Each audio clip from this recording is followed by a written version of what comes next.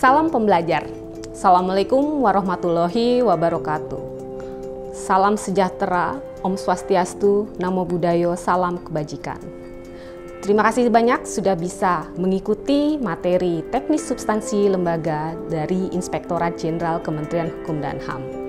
Bersama saya, Wiharyani, Wida Iswara, Madya di BPSDM Hukum dan HAM.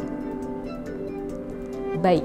Dalam materi MTSL Inspektorat Jenderal, hasil belajar yang diinginkan adalah para insan pembelajar setelah mengikuti pembelajaran diharapkan mampu memahami peran dan kedudukan serta kebijakan Inspektorat Jenderal Kementerian Hukum dan HAM dalam upaya peningkatan kualitas kinerja penyelenggaraan pelayanan publik.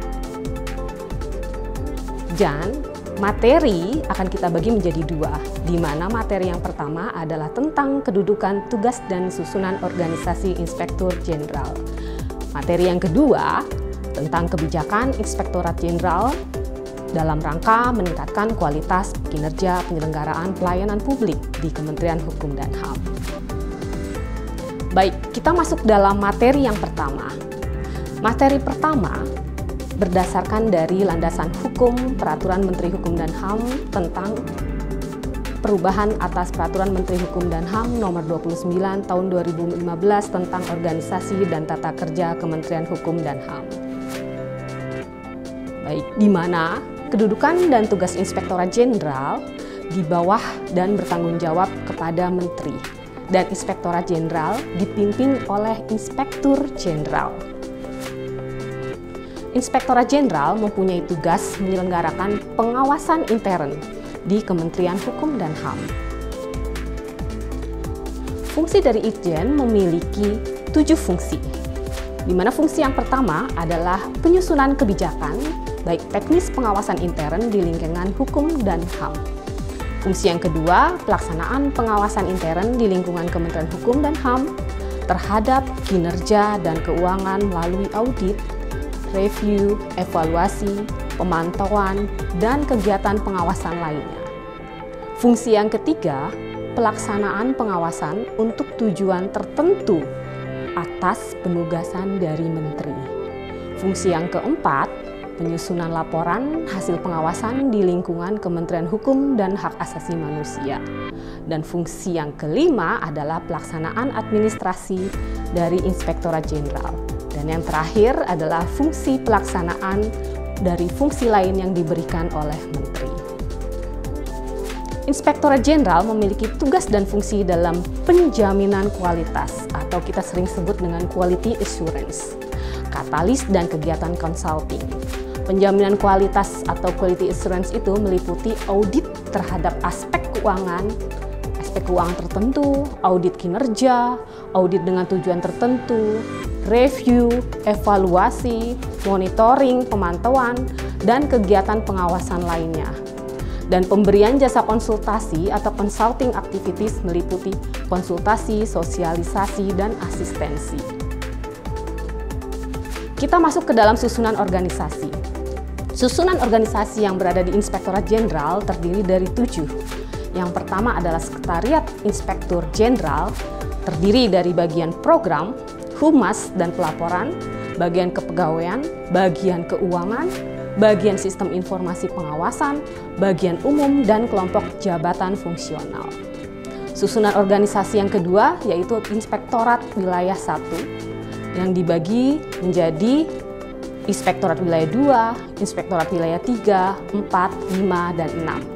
Pembagian berdasarkan wilayah dan tata kerja dari Kementerian Hukum dan HAM.